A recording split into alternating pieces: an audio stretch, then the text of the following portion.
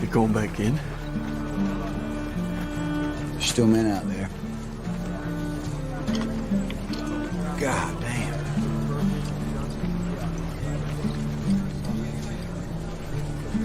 When I go home, people ask me, "Hey, Hoot, why do you do it, man? Why? Just some kind of war junkie?" I won't say a goddamn word. Why? They won't understand. They won't understand why we do it. They won't understand it's about the men next to you. And that's it. That's all it is. Find us on the web at mbradio.us. I want to make it clear that the views expressed by our hosts are not considered the official stance of MBR Views. Remember, this is all about having fun and enjoying the ride. Turnbuckles and Stogies. Yo, what is up? What is up? Yo, happy Sunday. Another Sunday with your favorite hostess with the mostest. My dad, I'm doing a wrestling punch. I love wrestling. Hey.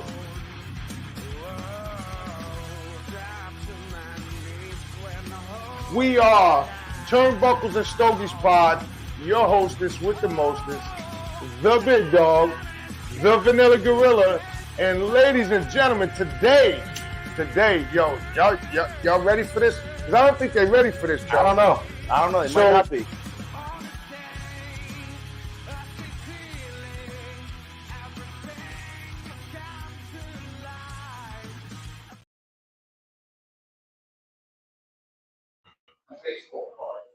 Yo, what is up?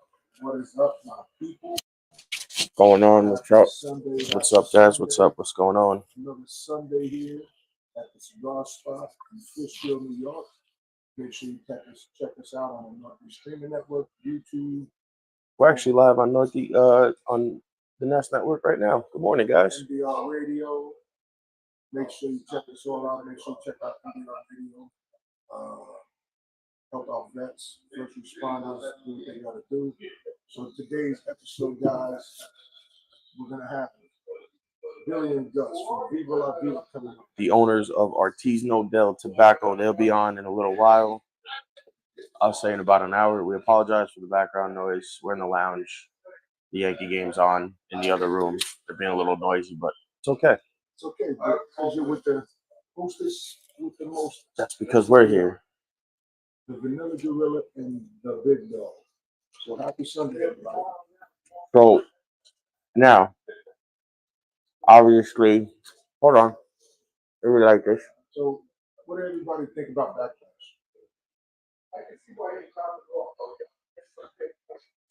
I'm not a big fan of WWE as before. It was all right. I think Jade Cargill and Ron won. Yes. No, I know. I'm not a big fan. The Kabuki Warriors were no better. Yeah, but I'm not a big fan of Jade Cargill. They were no better. So she has a bit of Doesn't matter. Then you could say that about half the roster in NXT and on the main roster now.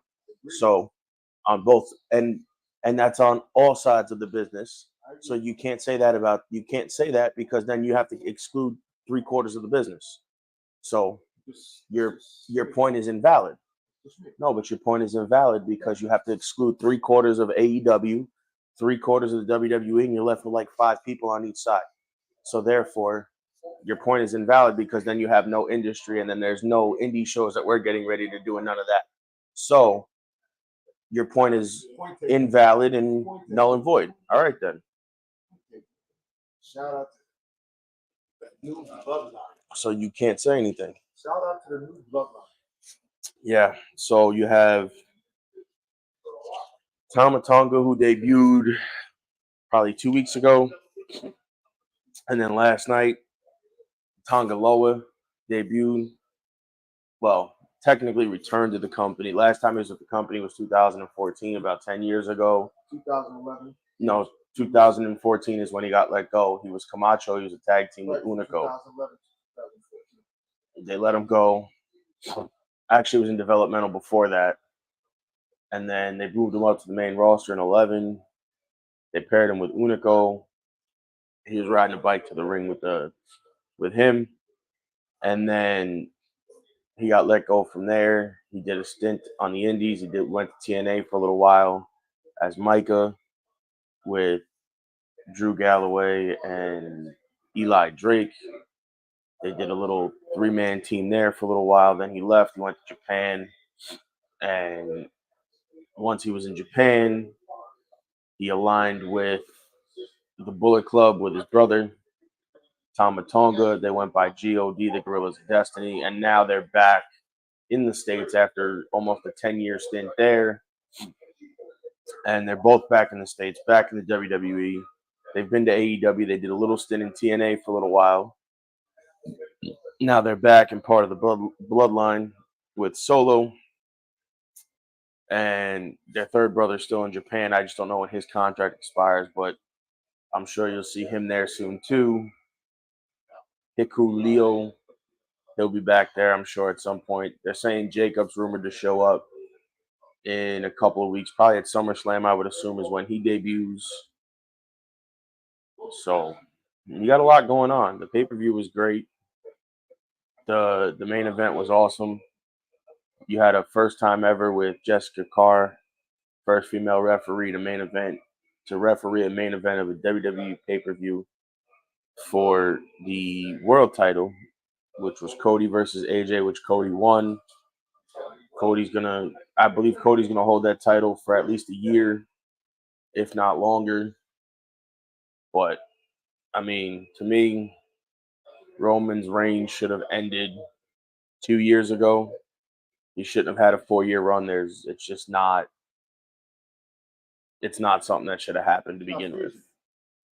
There's no reason for him to have a 4-year run because he's only a part-timer. There was no reason for him to have that long of a run regardless.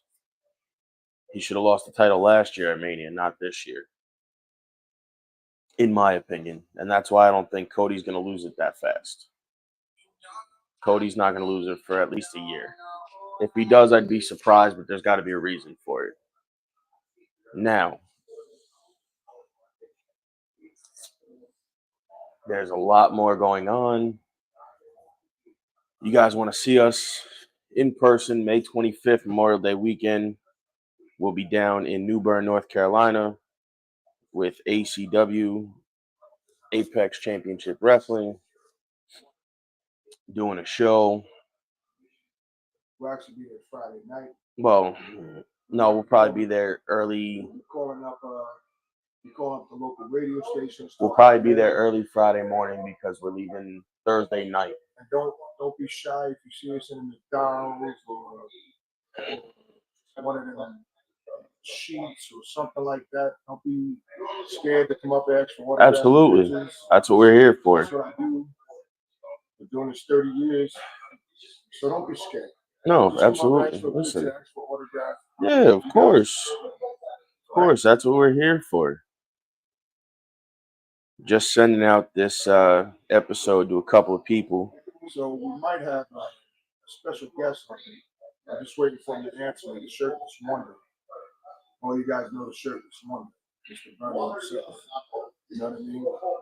So he's probably going to come on soon. Listen, we're here. We're here. We're at the lounge, cigar spot in Fishkill, New York. Shout out to Dennis the Horn. We're going to do it in front of the house. Got a pop-up tent and everything else. Put the training out. It's a nasty day.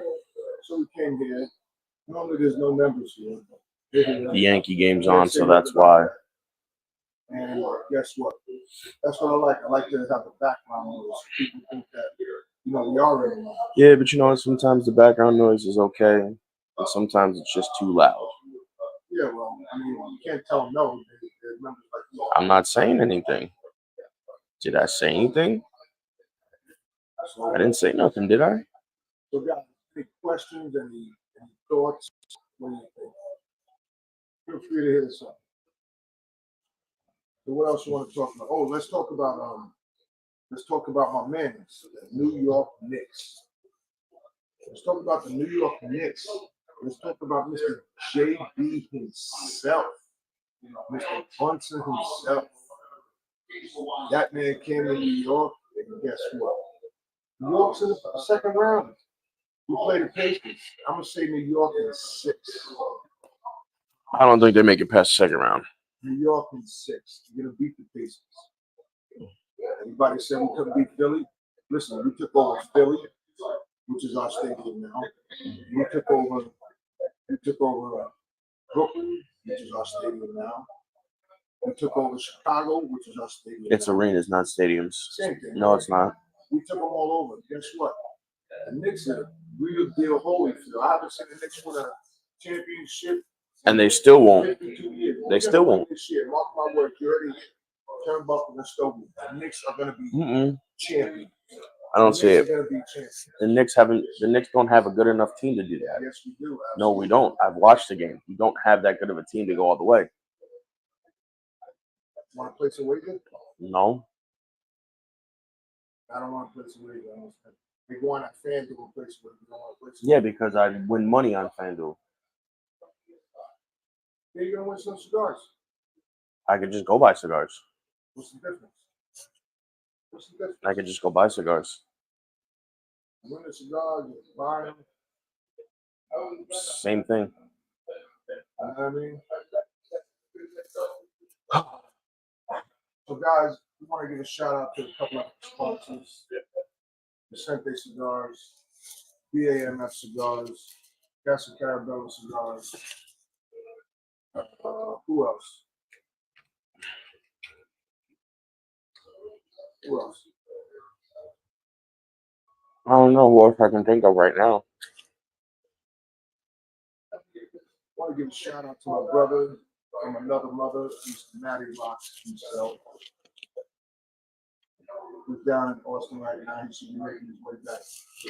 Either today or tomorrow. We'll see him during the week, I'm He's sure. He's coming on here. Don't worry, folks. The infamous Matty Rocks is coming on here. And next week, we have my brother, Mr. Pure Soul. No. Yeah. No. Next week is Abina. Oh, next week. Sorry, guys. Next week is Abina Soda. You're way too far ahead of yourself. Abina Soda's going to be here next week. You're way too far ahead of yourself. We'll be live in the studio, guys. Abina Soda. Never had Abina Soda. Go get him. Go get him next week. Go get him for next week's show. He'll be here to talk about what they pair with, what goes good with them, how he came up with the idea to make them to be able to pair with cigars. So I had a couple of them. He has one that's a dessert kind of soda. It's really good. I smoked it. I drank it with while I was smoking a Cigar Clown's Roadie. It's freaking a great pairing. Great cigars to go with great soda. So yeah, I mean, listen, there's a lot going on. Danhausen won the GCW World Title over the weekend, or Friday, or during the week, one of those days. He won the GCW World Title, and then promptly lost it back to Blake Christian because Matt Cardona invoked his creative control clause in his contract and made himself the general manager and said that Danhausen didn't win. So the match got restarted and Blake Christian won the title again. Because Cardona's out with, he tore something in his shoulder or his pec that he had to get surgery on. So he'll be out for probably about a year. So he'll be back next year or later on this year. I don't know. We'll see. TNA, Matt Hardy is there now, which we told you guys last week. They just did Under Siege the other night. That was a great pay-per-view from what I heard. I didn't watch it. Nick Nemeth's been there. Joe Hendry, he's been there. Yeah, but now he's got a new thing. He's going up against Top Dollar. He's been doing that for a couple of months now. Top Dollar said if they want Top Dollar fired. Top Dollar said if I get fired, they're going to Joe. No, Joe would still be there because Joe was over years ago before he got to where he is now. He was over years ago. Talk about when Top Dollar did that power slam. The choke slam? Oh my God. Oh, when he had the guy up in the air? That guy so far up, I thought the guy had an airline ticket to go to France or something. You know what I mean? So, guys, on that note, we're going to take a 5-minute break. We'll be right back with the hostess with the mostest.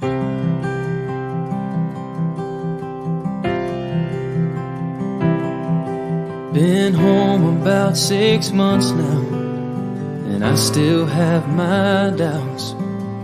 Well, I'm not sure how I got here or how I'm gonna get out. Well, my mama says I look the same as I did before I left. But if she could see inside of me, it would scare her to death. Well, I can still taste the powder from the barrel of my gun, and I can hear my sergeant screaming, "Run, soldier, run!" And I can feel the backpack on my shoulders, God, and weighed a ton. And I see death in every single thought. Well, they taught me how to put that uniform on. I just can't get it off.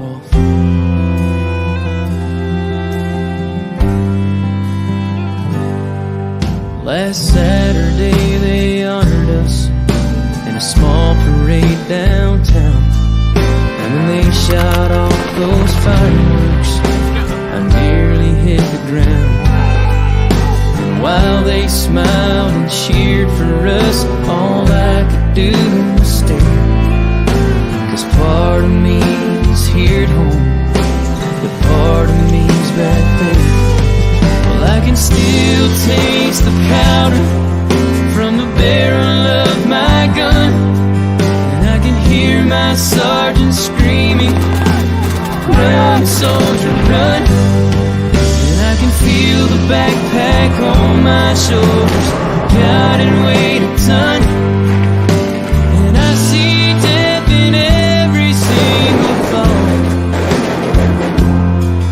They taught me how to put that uniform on. I just can't get it off. Yeah, there's no end in sight. 'Cause even though I'm home now, I'm still fighting for my life. Well, I can still taste the powder from the barrel of my gun, and I can hear my sergeant screaming, "Run, soldier, run!" And I can feel the backpack on my shoulders, God, and weighed a ton. And I see death in every single thought. Well, they taught me how to put that uniform on. I just can't get it off.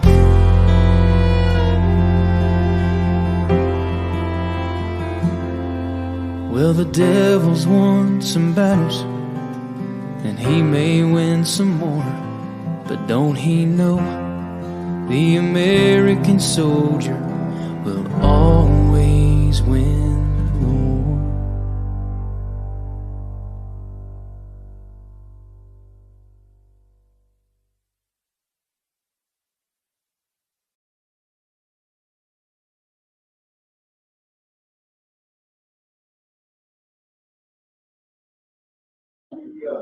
Hey, what's up? And we are back here with Boston. And here on Turnbuckles and Stones. We are live on Facebook. We are live on Instagram. We're not live on Instagram. We are live on Roku TV, on the Northeast Streaming Network. We are live On YouTube, our YouTube, MB Radio or MBR Talks YouTube, and Facebook page. So shout out to everybody tuning in. So we are going to have some Viva La Vida shows. And they will be on every show. So check us out. I hope y'all have a blessed Sunday. I'm finishing up my new world here for us tomorrow. Next week we have Charles from Artesano In the studio with us. So tune in next week. Make sure you order your Venus order. Tell them the Vanilla Gorilla and Big Dog sent you. and you're gonna get 10% off. I already okayed that. Absolutely. Make sure you order a Vita soda. Street parent, I have them. We have them. I still got 2 at the house. We got 1 left. I think 1. Well, I think he's bringing more next week. So we'll figure it out. So what else is going on with everybody? What's everybody smoking? What's everybody doing? On this radio It's Sunday. It's still early, so nobody's probably smoking outside, depending on where you are. I mean, I'm finishing up my Lunatic El Chiquito, one of my go-to cigars. First cigar of the day on this fine Sunday morning. Just chilling out, talking to you guys. Members, friends, partners, watching the you know, this is what we do. We have fun. We have a little background noise. It's cool. That's what it's about. It's about being live. And that's what we are. We are live. So, like we said again, May 25th, New Bern, North Carolina, New Bern High School will be our show down in North Carolina, beautiful North Kakalaki. We'll be out there. Well, we won't really have too much time to do any of that. Who? I don't even know who you're talking about.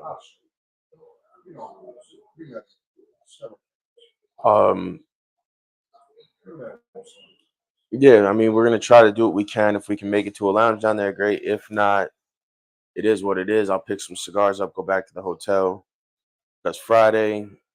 The ring will be set up. And then Friday, the ring is set up. This way, you know, everything will be set up for Saturday. Doors open at what? I believe 6:30. Bell time's at 7. So let me put this down. This is for you. It is. Oh, so ladies and gentlemen. So we have our guests coming on. Yes.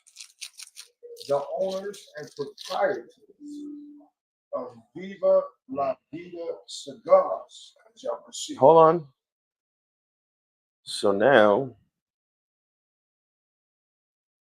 this is going to be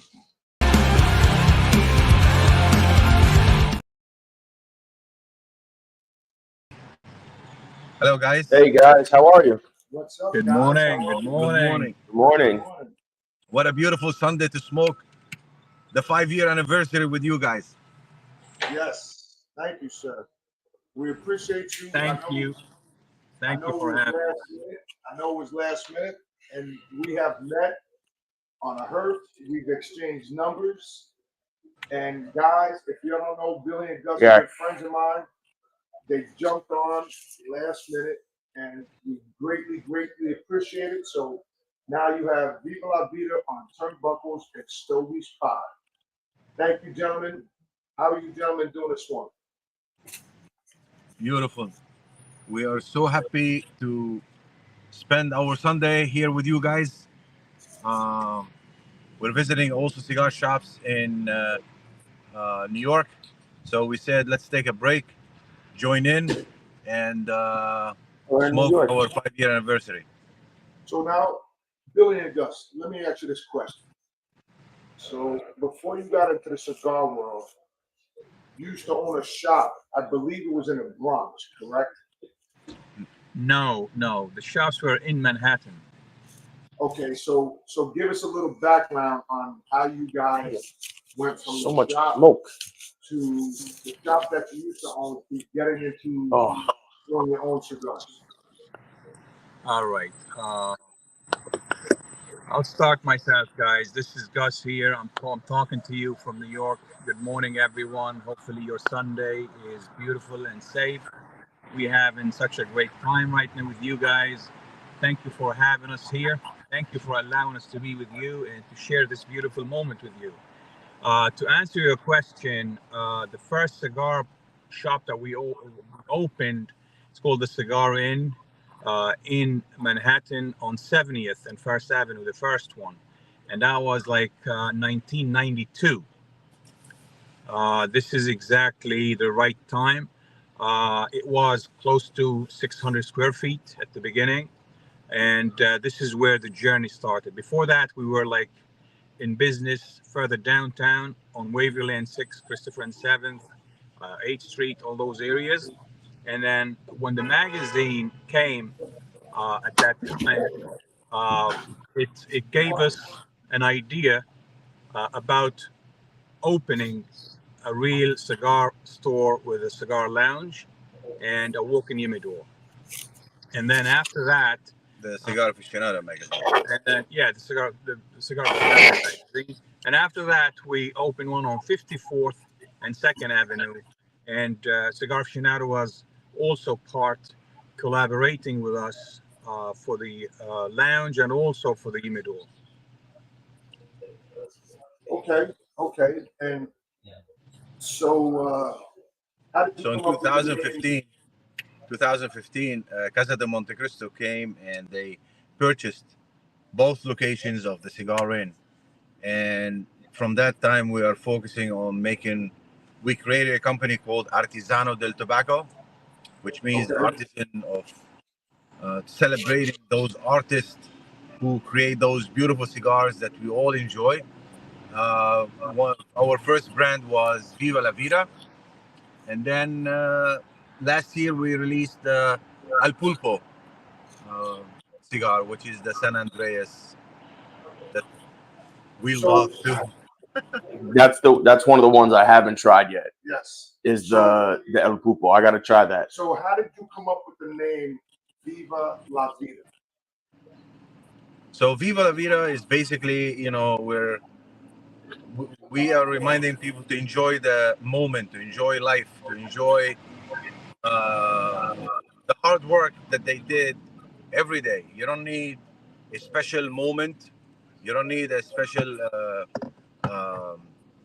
date like birthdays or graduation just to celebrate smoking a cigar. Every day you should enjoy and smoke a cigar.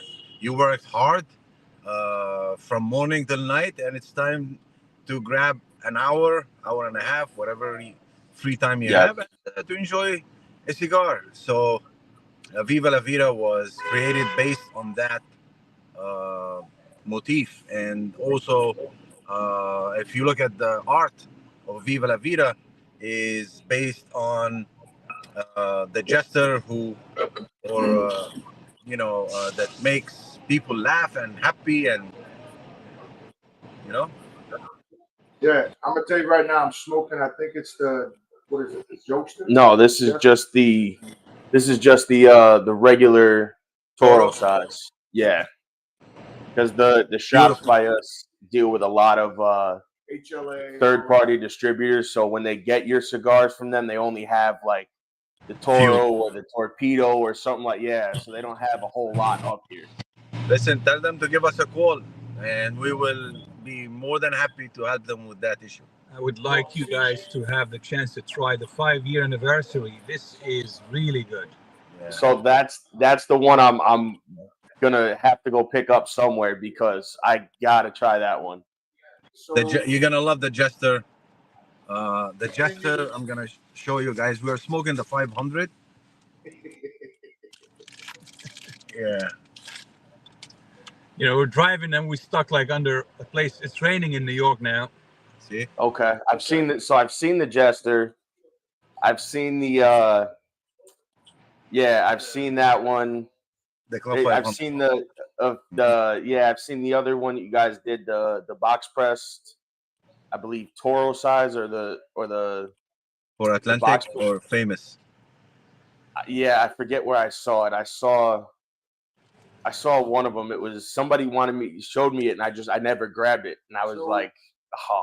Billy, like I told you yesterday, and I told you my brother in California, he met you. I guess you were out at PCA, and he met you guys out there. And he keeps saying it's 300, 300, 300. So I said to Joey yesterday, I said, Joey, look up the 300. And that's when I called her and said, where can I get the 300? He goes, what are you talking about? Yeah, I knew there was no 300 because I'm like, that doesn't make sense. I'm like, because it was always it's close to the 500. 305 yeah. is like I'm like, it was always, as far as I knew, I'm like, it was always the 500 you guys did.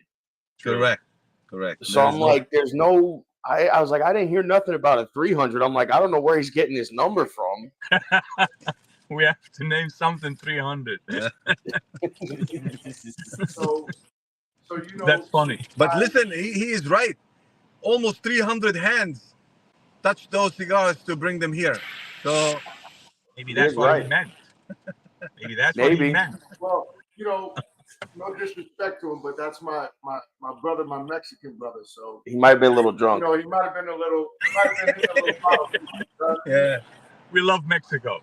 San Andreas, Mexican, man. This is beautiful. Favorite rapper. Shout out to Cinco de Mayo. Yes, that's true. We are celebrating. Yes, here we go. Yeah, my man. So, guys, let me ask you, what made you guys?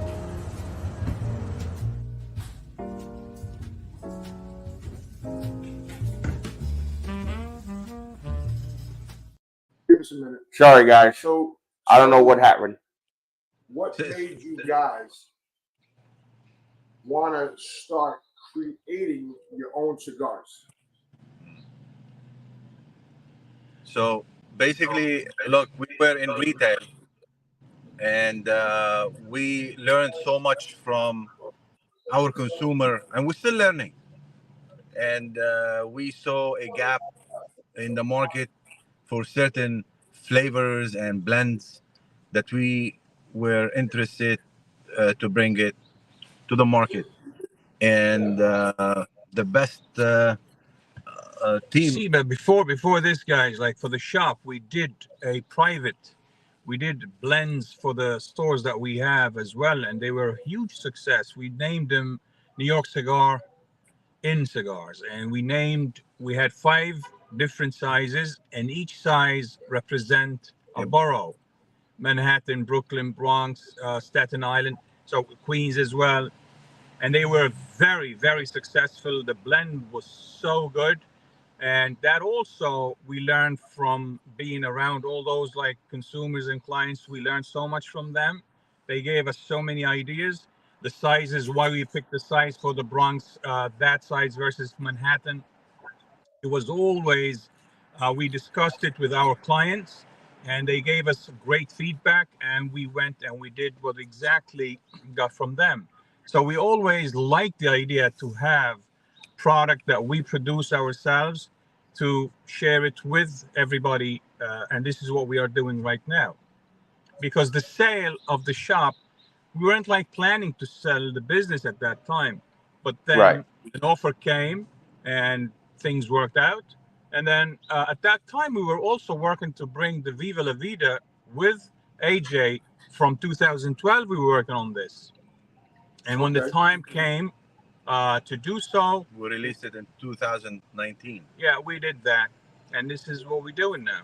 And same thing with the El Pulpo. It took 5 years to bring to the market, and it was started in like 2017, 18, and 2023 we brought it to the market. So it took almost 5 years between fermenting the tobacco, aging it, and reaching to a point where all the notes that you are thinking about from day one, they begin to appear in the flavor and your palate. And yeah.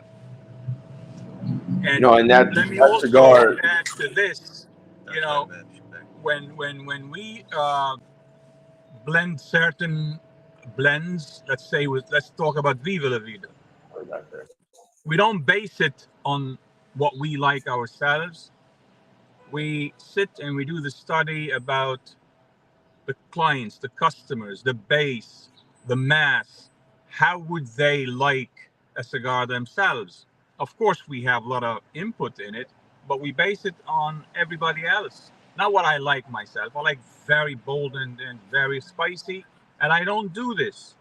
There is always what is the largest portion of the consumers who really enjoy Right. the cigar, the strength, the mildness, the sweetness, whatever is in it, and we base it on that thing. We understand that it's all about the consumer, it's all about the clients, and we thank ourselves for that to make sure that the clients are the one who really have an input, who have an influence on it. Now I know the El Pupo, from everybody I know that smoked it, said it was a phenomenal cigar. Now I know it won. What was it? Best? Didn't it win best cigar of the year? If I'm correct.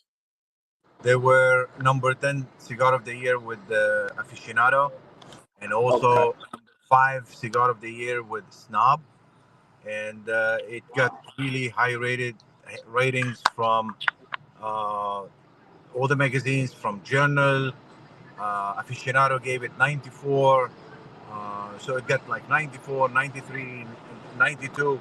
So for a brand to have all the magazines give it up high 90s was a blessing. And also it come to show you that hard work pays off. And Yeah. we were so happy to see that, honestly. So now, how many shops are you guys in throughout the country? I don't have the exact number, but it's above 1,000. Plenty. Wow. Okay. Okay. And now, do Yeah. you guys have any sort of like requirements for the shops? Like, I know certain companies don't put them in shops that are too close together, or, You got to buy like 10 boxes. yeah, you got to do like a certain amount of sales and stuff like that. Because I know that was a big thing when I was working for people. No, guys, there's no politics in this. There is nothing. We understand retail very well. We were in retail for like more than 28 years doing this exact business. We know how hard it is for each and every place, every store, every business. There is a lot of rules, regulations, whether it's taxes, smoking laws, and we try to make it as easy, as simple for each and every place. We don't require anything. There is no minimum. Whatever you can afford, please do. So we know, we are open. We know about the struggle that they go through, and we respect that, and we try our best to make sure that they can afford it. So we don't say you have to buy the whole lot and 5 of each. We don't, or 10 of each. We don't. Because that's a huge thing. That's a big thing, because I know, like, when I was working for a company, which I don't work for anymore now, I kind of just almost like a broker now, without being an actual broker. Like, I help people who I know that are looking to get in shops, like you guys, like BAMF. People are looking for new brands, or they're looking to, instead of deal with the distributor, they're looking to go directly to the people themselves. And I'm like, hey, listen, I know this person. If you're looking to deal with direct people rather than the distributor, because I know the distributor pricing is a little more expensive than if they would deal with you guys directly. So, everybody I try to connect people with, I tell them, like, listen, these are the manufacturers and the makers and everybody. You're dealing with them directly. They do everything themselves. And then we tell them, listen, if you want to get in, talk to us, give us your budget, and then we talk to them. Right. We'll hit you up. I'll say, hey, Billy, listen, this guy wants like 3 boxes. Boom, boom, boom. And he says, what do we do? I say, you just go through us. We go to you. Right. Come to us. Because I've had a few people that are looking, like smoke shops. There's one up by us that's looking to open a lounge as part of their smoke shop. They want to get rid of their stand-up humidors and make a walk-in and have a whole lounge. So, I said, they came to us when we were in there one day and said, listen, we want to open up a lounge. I'm like, well, we're the right guys to help you, because we do tend to, cross paths with a lot of manufacturers, or we know a lot of people that, we can cut your pricing on your cigars down from what it is now. Because they deal with like HLA and all that other stuff. Like if they come to a company and it's a $9 cigar, when they get it through the distributor, it goes from a $9 cigar to like a $15 cigar. True. Because they got to cover the pricing with the distributor instead of actually going through the manufacturers directly. Yeah. And then obviously you guys know New York kills you in sales tax. 75% sales tax. Tobacco tax. So Yeah. so what would it take, just out of curiosity? Because we have a lounge right around the corner, and he's having Rosario there on the 18th. So if I can get your cigars in there, what would it take for you guys to come up and do a cut and light? I mean, this is from our own experience. Let's say a cigar shop, brand new, started carrying Viva and El Pulpo. It is really important that the cigar store owner and people who work there to do their work by introducing the cigar. The owner of the company, is not his job to come and introduce it while the owner is sitting down watching. If the owner believes in the product, he has the relationship with the consumer, his clients, that if he tells them this is a good cigar, this works with your palate, it doesn't work with your palate, it works with this guy, he knows what they like. When I come there and I don't know nobody, I don't know what they smoke before. That's not my job, right? So we ask the owners to give at least 3-4 months for the product to be in the store. See if your client like it before you bring me in. I'm not there to sell your product. I'm there to enhance, tell you why the cigar is this way or that way. Period. No, it's You're there to enhance their smoking experience. Yeah, it's not about the job here. It's like when the brand is like in the shop, those shops, the interaction between the client and the cigar owner or the manager, they talk about it, they introduce it, and then they tell them the strength, all the kind of things that goes with each and every brand. Now you creating a base, you build up a base, followers, you have clients who come to you and they start smoking it.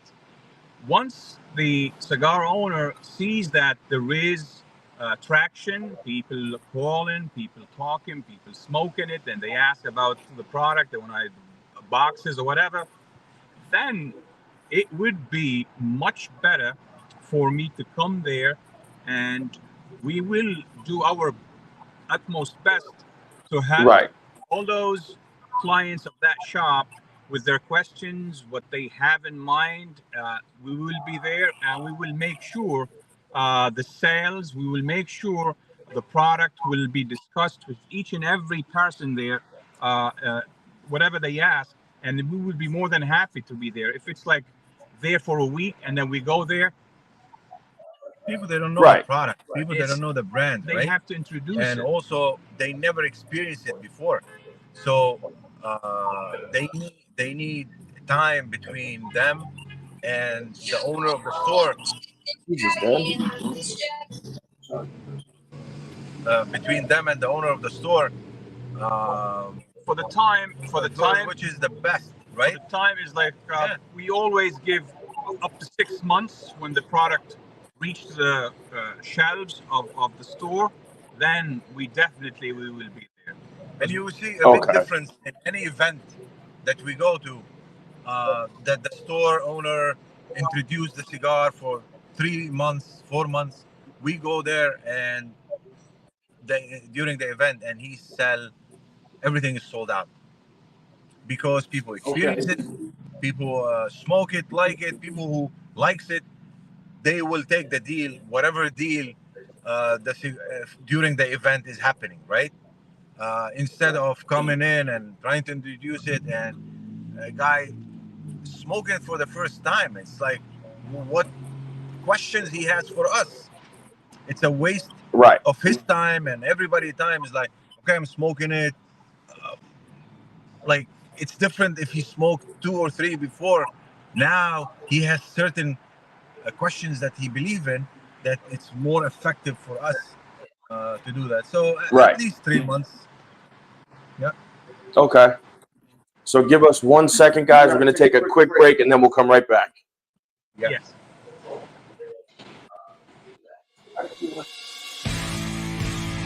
No, like governments, like state actors, non-state actors, NGOs, all working together to create this influence around the world. You know, there's something out there I think everybody here should go watch. It's called the AI Dilemma. It's I need a to small write that video. down. Mhm. You should absolutely write that down. It's very good. It's very short. It's less than an hour, I think. It's called AI Dilemma, and it's a very updated version of all the things that artificial intelligence can do. And they're getting very deep right now. We're starting to see something called AI intimacy. And AI intimacy is where each person is getting their own AI system. Now, what's that based upon? It's based upon not your demographic, but your psychographic, how you think, what you like, where your vulnerabilities are, what your susceptibilities are. And that AI system is with you. It's on your phone that you can talk to 24 hours a day, 7 days a week. It's literally reverse engineered through every click, like, and share that you've ever done, every comment you've ever made. It knows you better than your priest, your pastor, your spouse, your parents, your brother, your sister, any family member, your best friend, because it hears all your secrets. It knows every search you do on the internet. It knows everything that you want to learn about. It knows everything you're interested in. And it just gets reversed engineered and becomes your personal AI system.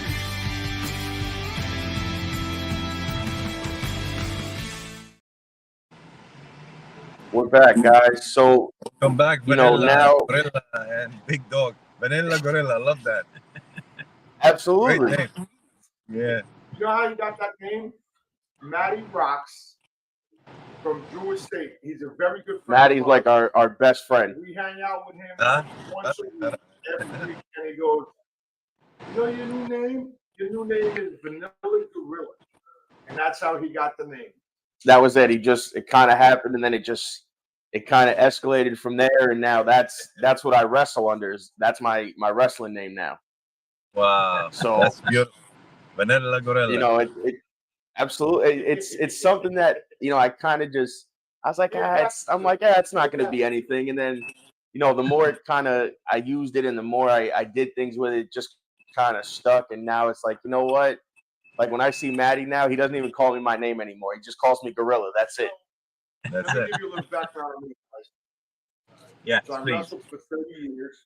I was with the NWA. I was with Jersey All Pro Wrestling. I got called by the WWE before he was born, but I turned it down because he was being born. So I've been in the business over 30 years. So now I retired. My mom seen my last match, and then I get a phone call from a buddy of mine who's still wrestling 30 years I think it was later.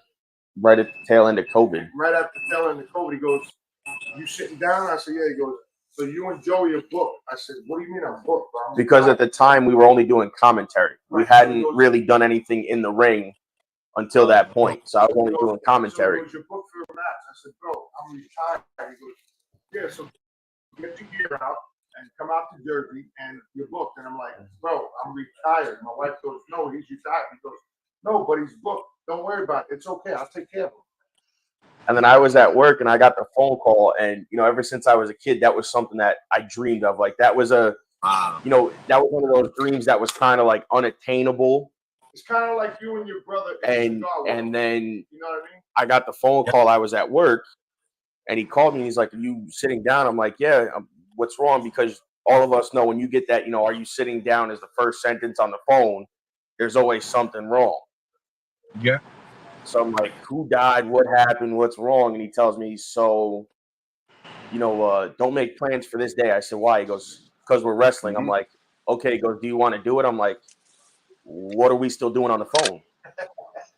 You know, I'm like, what are we still doing having this conversation? You should have already said yes. I'm like, there's no conversation to be had here. And, you know, it just kind of one thing led to another, and I had a longer name, and I cut my other name off, and I just, Vanilla Gorilla is kind of what I stuck with, and it's just kind of, it's went from there, and it's just kind of my identity now, so to say. That's a great brand for a cigar, Vanilla Gorilla. Well, I'm working on all that now. I got stuff in the works. I'm getting all that together now. So I have the gorilla. I'm just waiting for the vanilla. Listen, vanilla, gorilla in Manila. There you go. Vanilla gorilla in Manila. So now let me ask you, because I've seen this all over, and I had to pull it up to get the right name. How did you come up with the Octo Ocho Culebra El Pupo? Well, just to let you know, I don't know if you know about a club called Luxury Cigar Club. That's actually where I found it. So yes. So basically, what happened? We have a group of people who test our cigars, blends, and stuff like that. One of them is the Club 500. There is many clubs, and also there is many stores, and in the whole state, right? That we send them pre-release cigars, and they tell us what do they think about it. So when we did the El Pulpo brand, we send them a pre-release before we launched the brand, and we're asking them, what do you think? Do you think it's ready? Do you think it needs more? You know, stuff like that. So Luxury Cigar Club loved it. Actually, everybody who we sent to, they loved the pre-release. They said it's ready for the market, blah, blah, blah, right? So Luxury Cigar Club said, you know what? The blend is so good. The wrapper is unbelievable. We never tasted something like this. How about if you guys do a culebra to represent, to highlight the wrapper, because it's lanceros, right? And also, you know, it's an octopus, so it represents the legs of the octopus and stuff like that, the tentacles. And we said, you know what, that's a great idea. We will do it. So we did a culebra, and we thought about a name, which is the 8 legs. Octo Ucho means 8, you know, legs. And that's how we started with the culebra. And let me tell you, it is always sold out. We it's don't funny have because it. I was just going to ask you, how is it? If you have you smoked it? Obviously you've smoked it, I would assume. Oh, Many times. many times. Many times. Because I've smoked a lot of cigar sizes. I've never smoked the culebra before. I've never smoked one before. So the culebra is 3 lanceros, 3 cigars twisted together. When you buy it, you open them, and now you have 3 cigars, and you smoke it. And let me tell you, it is delicious. One of the best. I've seen some people who actually thinking that you could smoke the 3 together. It doesn't work like that. It's not. Okay, see, I was one of those people that thought that you smoked them all at one time. So that's what I thought. No, you smoke one each at a time. So let me tell you the story with the culebra, right? So Cuban factories in the 30s, whatever, they realized, the owners of the factories before communism, those factories were owned by regular people, right? So the factory realized that some workers, they are stealing cigars. And what they did, they came with this idea of, the minute the worker, meaning the guy who rolls cigars, who bunch cigars, they give them a culebra. It's 3 lanceros twisted together. So the idea is, you smoke one in the morning, one lunch, and one when you go back home, right? Right. And if they see them smoking a straight cigar, it means they robbed that cigar from the factory. They took some cigars. So that was the story with the culebra. This is how it was created for. It's a cigar made for the workers at the factory. Okay.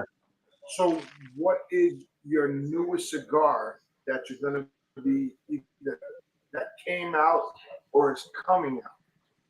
Very good question. If you want to say it, it's cool. That's cool too. Definitely. Like in the pipeline, there's always things we are working with Nicaragua, with AJ, for the future upcoming blends and creations that we're working on. And the closest one to put in the market, you know, we take our time. We don't like flush. We don't push. We don't like every 6 months we come Right. with a different blend because it takes time to master a certain blend. It takes time, dedication, the fermentation process, the aging. There's many steps that you have to go through. And we believe in it because remember, we were doing retail for that long of a period Yeah. of time. We've seen so many things, they come and they go. So many things as well, they stick in the market and people like it for that purpose, for that reason. So we take our time. One of them right now is what's The Al Pulpo, the fry. So it's coming next month. It's a gordita size, 48 by 4, round, pigtail. It's a flavor bomb. 48 by 4. You like it? That's the those are the little sizes. Those are the sizes I get and I smoke on my way to work because I only got like a 40 to 30 to 45-minute ride. So those are like my Perfect. perfect morning cigars. Trust me when I tell you. Vanilla, you're going to love that cigar every morning, 5 in the morning. Can't wait to try it. And let me tell you, when we designed this, it's based on people like you. For people going fishing, golfing, work, they have 20 minutes, 30 minutes. But you need a lot of flavor, right? So we created a pigtail, so you don't need a cutter. You can just feel the exactly, just cut it. Yep. And also it comes in a very unique case, cardboard case that is so beautiful. It has a magnet with a child-proof opening and also a drawer to put your matches with a striker. Oh, wow, that's it. It's basically you made it like almost like a travel humidor. Exactly. Essentially. Exactly. It's reusable. You could use it again. You could use it again and for sizes like that. That's awesome because I love, for people laugh because and I don't know if you guys are like this, but I'm one of those guys that like first thing in the morning I could wake up and I could light up a very strong San Andreas Maduro first thing in the morning. Yeah. And people look at me. Now, am I the only one that people look at? No. Because I feel like when I do that, people look We're at me like and go, you. "Are you insane? Are you We're nuts like you. that early?" I'm like, "Yeah, what better way to wake up in the morning?" Oh, it's the best. Well, guys, Espresso. I can't do that. I can't do that because I got like a 10-minute ride to work. So I can't. I've seen you do it a few times though. If I leave a cigar down the night before, I'll take that, smoke that to work. Other than that, I don't smoke till I get home because I can't. I'm only 10 minutes down the road from the house. I've been known to. You know what I mean? I've been known to smoke a cigar or two on my lunch breaks when I don't feel like eating that day. People go, "What are you gonna smoke? What are you gonna do?" I'm like, "I'll probably smoke a cigar." That's it. It Like relaxes you. seriously, in 30 minutes, I'm like, "Yeah." So tell these guys about your first ever cigar. Hold on, listen to Why this. does something smell like it's burning? No, it's not burning. Yeah, it is. Don't worry about it. Hold on, give me a second. Because that smell is gonna bother me. Tell them about your first ever cigar. So I was going with my dad to lounges when I was like 14, 15 years old because at the time you could do that. If you were with an adult, you could do that. They would let you go in and hang out. And that was kind of like the time we hung out because he would go to work during the day and he'd leave before I got up for school. I'd go to school and I'd come home. And, the only time I really had at that point to hang out with him was after work when he would go to the cigar shop across the street. So I would go, I'd hang out, and I would just sit there. We'd talk about wrestling, whatever, just for us to be just got like almost like, guys' time, so to say, for us to just hang out and just, relax and chill out and laugh and joke. And it always interested me just to kind of, see what it was like there. And eventually I got to the point where I'm like, I think I want to try one. And I was just like, it may not be something I'll like, but, if it's something I'll enjoy, hey, listen, now when he goes to smoke, he's got somebody to smoke with rather than go to a lounge by himself. Yeah.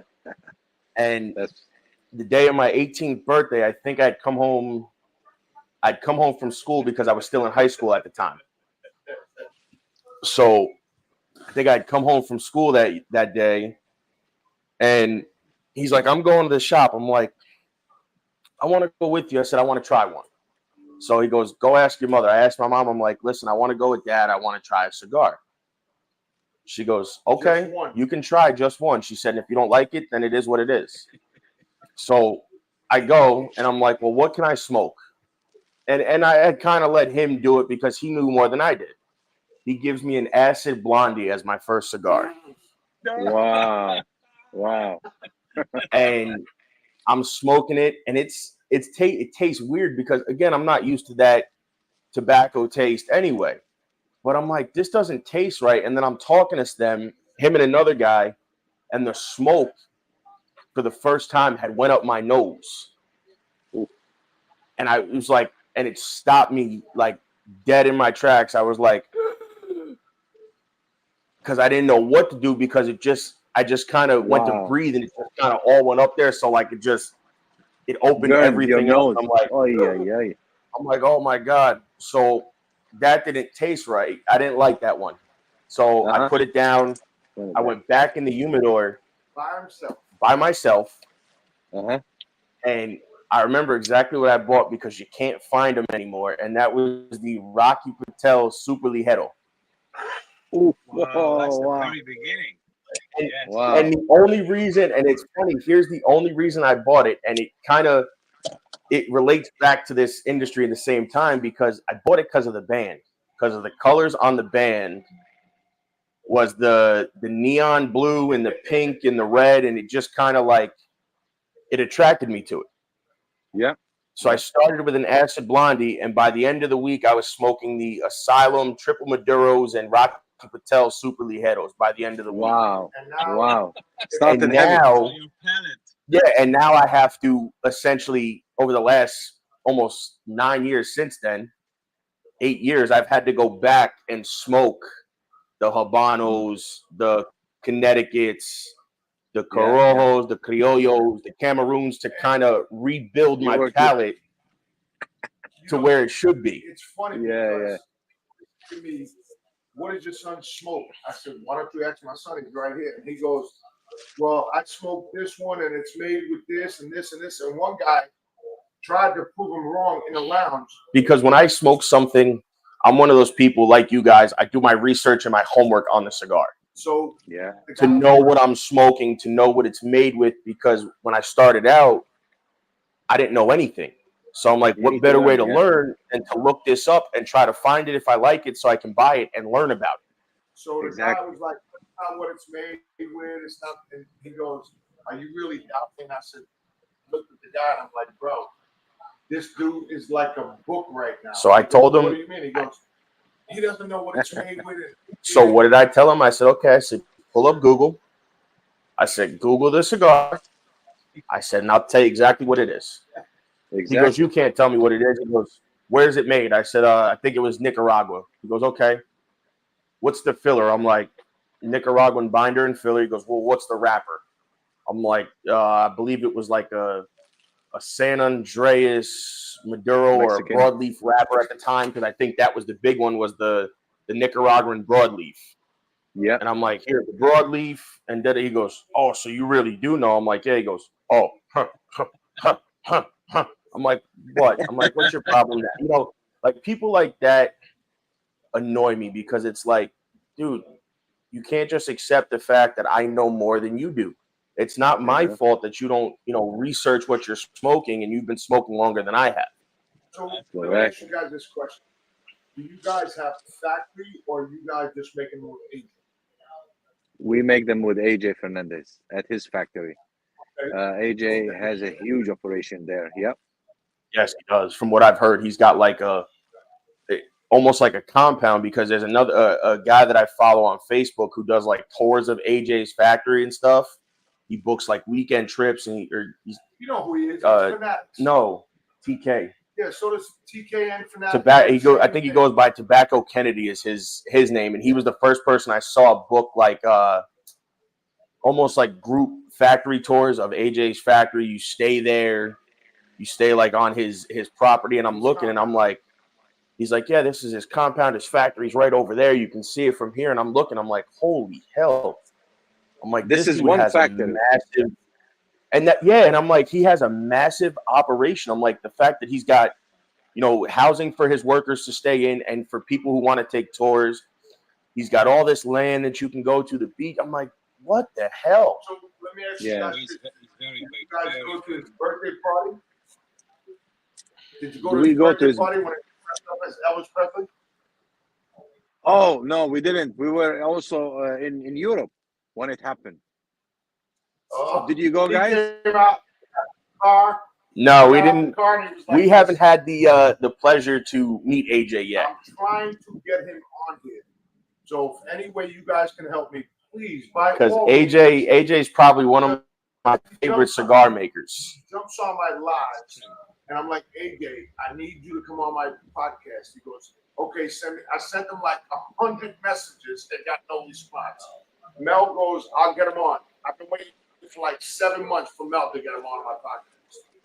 Yeah. He's a very, The very one- busy kind of guy. But let me say this. First of all, Gorilla Manila, thank you, Manila. Thank you for sharing this story with us. It's very, very, very nice. Thank you for telling us everything about it. About your first cigar. My first cigar myself, if you have time to listen to this, I was 13 years old and I stole a Cuban cigar from my father's humidor. It was a Monte Cristo number 2, and I was so excited about it. I started smoking it and I inhaled almost 75%. By the end, I turned blue, green, and I dropped on the floor, and I was unconscious. 13 years old. I was 13. And this is how I started. Your story was beautiful. Thank you. Thank you for telling us that story. No problem. Manila. And listen, this guy has more. When you go in his bedroom, he has freezer bags. When I tell you, I have a bags, freezer bag full of. No, not one. No, He I have has one like big one. 10 freezer bags all over the bedroom, full of every cigar he smokes. I keep the labels, and because a lot of the times, a lot of the stuff I smoke because I go to Buttheads in Connecticut. Yeah. And he's one of the shops that doesn't have. He has a lot of the older stuff. So when I smoke them, I try to save the older labels because I'm like, either A, I'm never gonna get it again, or I just want to save it just to say I have it. Wow. Yeah. That's beautiful. Beautiful. So guys, I want to thank you very much. And Billy, I called you. You answered me back. I want to thank you for jumping on. I appreciate you guys. I love you guys. You got to take a commercial break, but don't go nowhere. Give us like 5 minutes. Okay.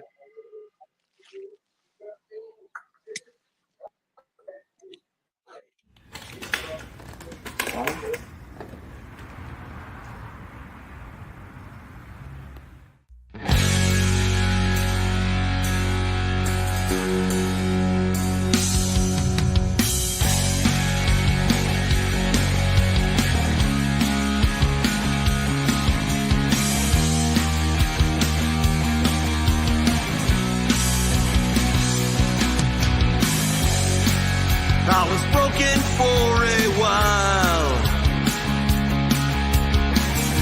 a drop of blood for every mile I'm on. I took all that they gave and lived to fight another day. But if today is all I get, I'll make my mark and you can bet that I'll never surrender.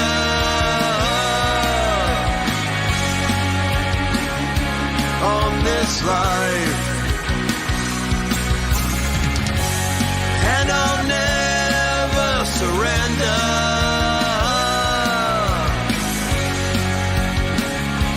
On this life,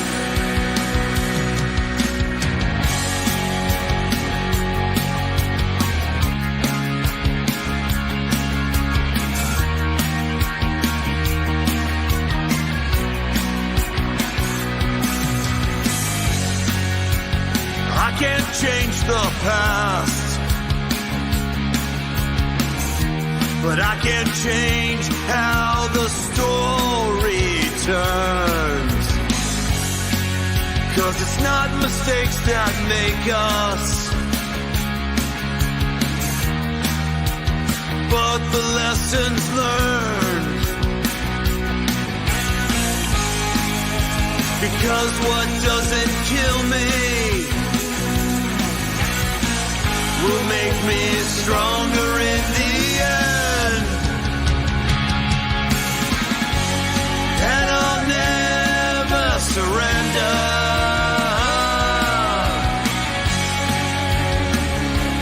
On this life,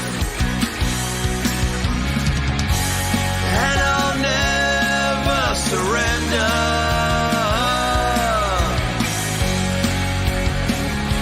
On this life.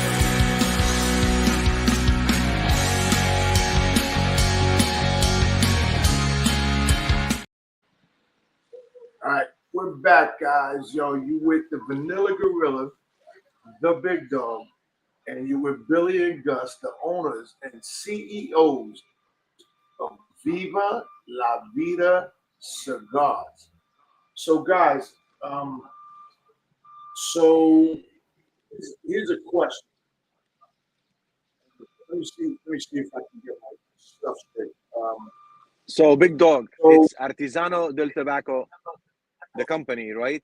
And the company has Viva la Vida and Al Pulpo cigars. So the company That's name what I was is gonna ask. Artesano. Yeah. So That's what I was going to Artesano ask. del Tobacco.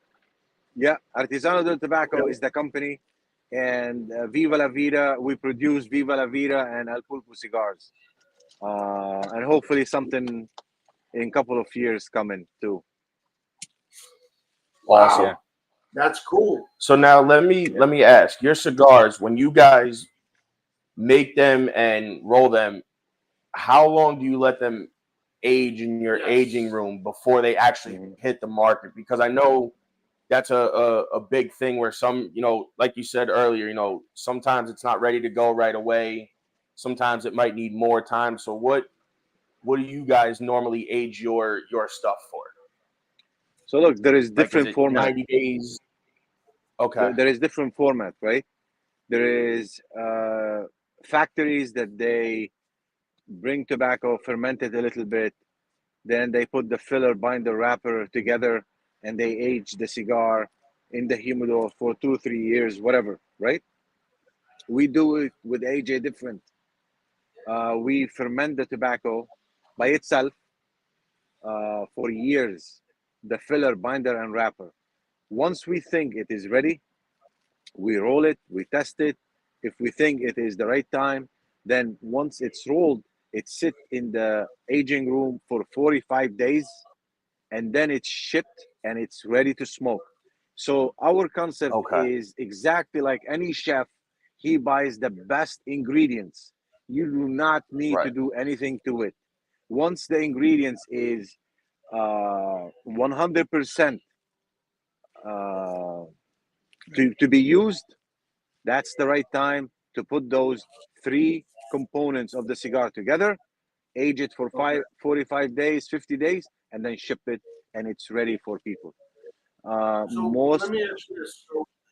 So many people say, like, you got the Rocket the 12 that's been aged for 12 years. You got this one that's been aged for 10 years. So what is the difference if you get a cigar and it's only aged for 3 years rather than 12 years? Well, it all depends on the blend. Certain tobacco mature and certain notes in that brand, they needed certain flavors from it, and they aged it 3 years, and they were able to bring those flavors, and then they bring it to the market. Some others need more to bring certain flavor. So it all depends on the brand. It all depends on the tobacco that they use and what they are trying to accomplish with that. For example, when we did Al Pulpo, we bought a tobacco that's been aged for a certain amount of years, but with when we brought it to AJ, and AJ has his own tobacco, we fermented those tobaccos for close to 5 years to bring that oils, certain notes that we're looking for. And then when we put it together, we smoked it. We saw that we hit all those notes that we are looking for. And those notes, we get them from the market, correct? That's from true. the consumer. Yeah. You know, aging tobacco, it's like when you age a good bottle of wine. That's the only factor that helped the product to be as superior, to bring a well-balanced cigar into, we're talking about cigars, into the market and to enjoy it. There is no like chemicals, there is no product that will enhance it and make it better than others if Right. they use that chemical. The only thing to cure it is time. And the longer you age it in a proper way, the fermentation process in a proper way, you're gonna have something really good. To rush it and to just to meet the demand in the market, you are killing it and you're destroying your legacy, you're destroying your brand and everything. Okay. So we believe in time. We believe that even though it costs us a lot of, you know, when you buy that much and you put that on the shelf, you know, Right. it's So like now, so expensive.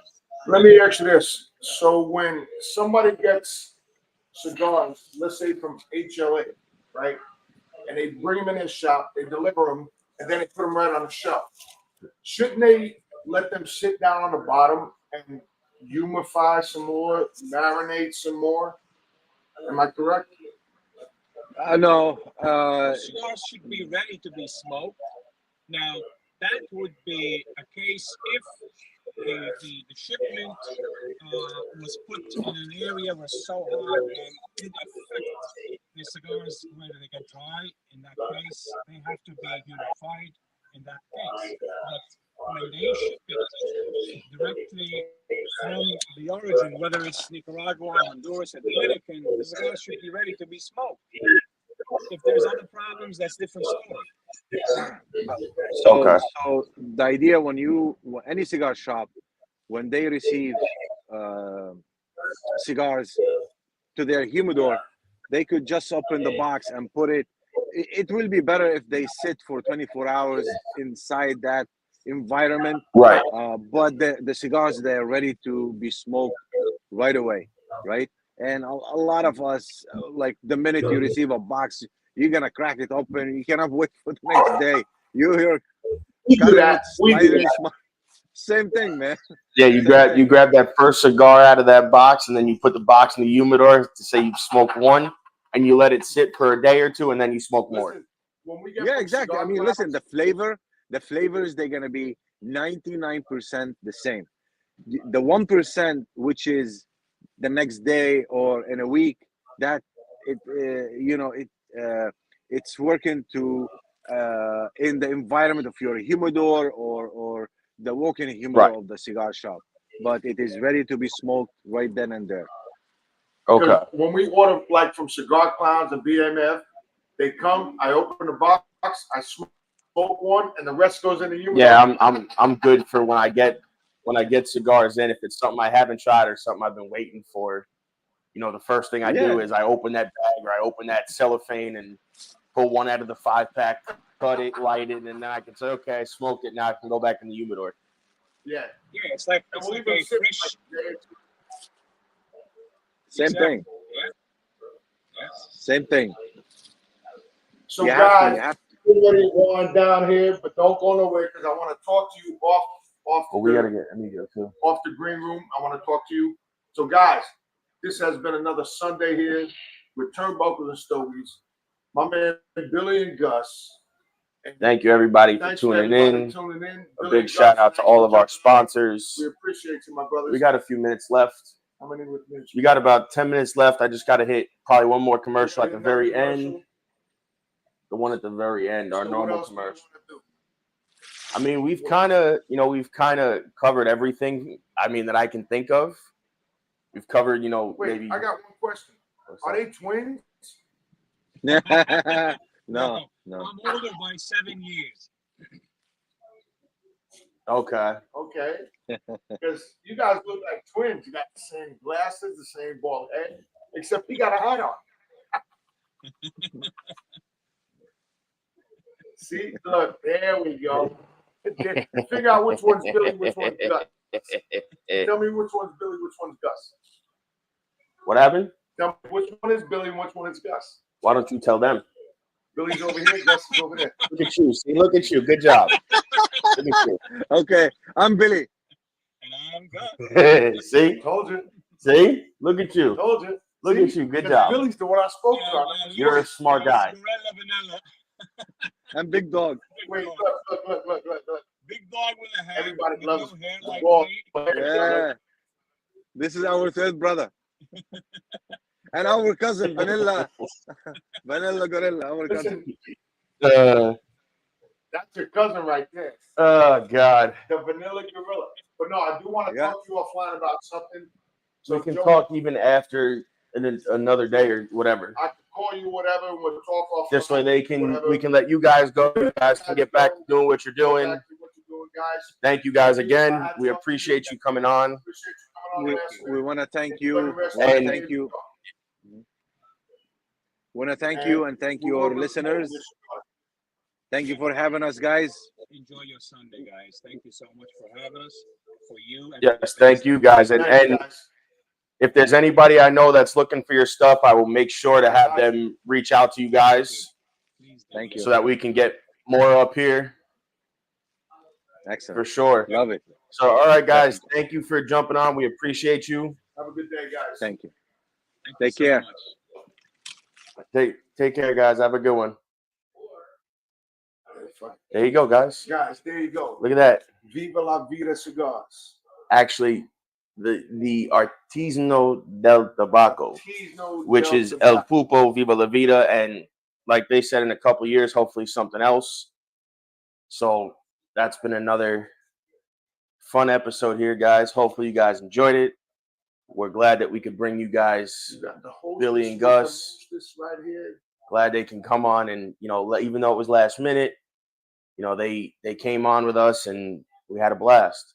Next week we have Abina Soda coming on. We have Charlie, the owner of Abina Soda. He'll be here with his sodas live, so you guys can tune in, ask questions, ask him what he think would pair with certain cigars. When you order from him, you get a little menu, so to say, with notes and what cigars it would pair well with, or not cigars per se, but wrappers and maybe certain regions it pairs well with. And then we got one more episode, and then we're in the Carolinas for Apex Championship Wrestling presents Elevated, May 25th. Bell time is 7:30, and I believe doors open at 6. Could be wrong.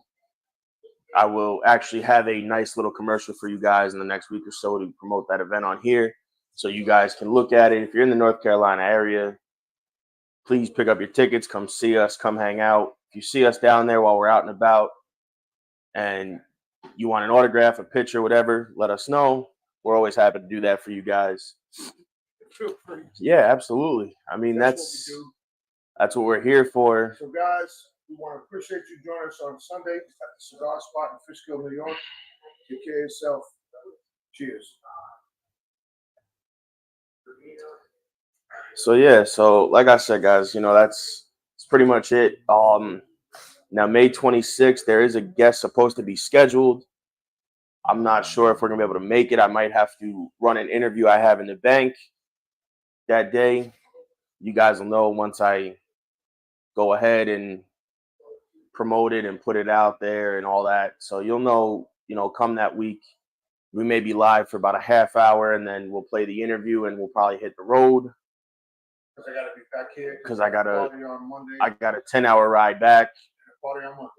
So we could even do an interview on Monday with Scott. Well, no, we can't do an interview on Monday. Why? Because our show is Sunday. Right, and we can do the interview and just run it on another day.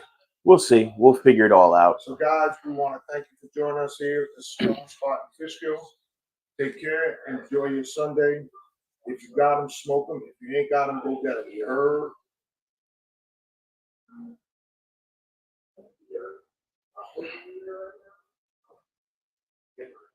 The fact that our patriotism in America is dwindling, I really wanted to start the American AF movement. Freedom is fragile, very fragile. It takes a certain level of intestinal fortitude to stand up and say and do the right thing to preserve the freedoms that so many have paid a large price for. About being in the military, and that recruiter said, it's not Biden's army, it's your army, it's his army, it's his army, it's all of our army. American tactical.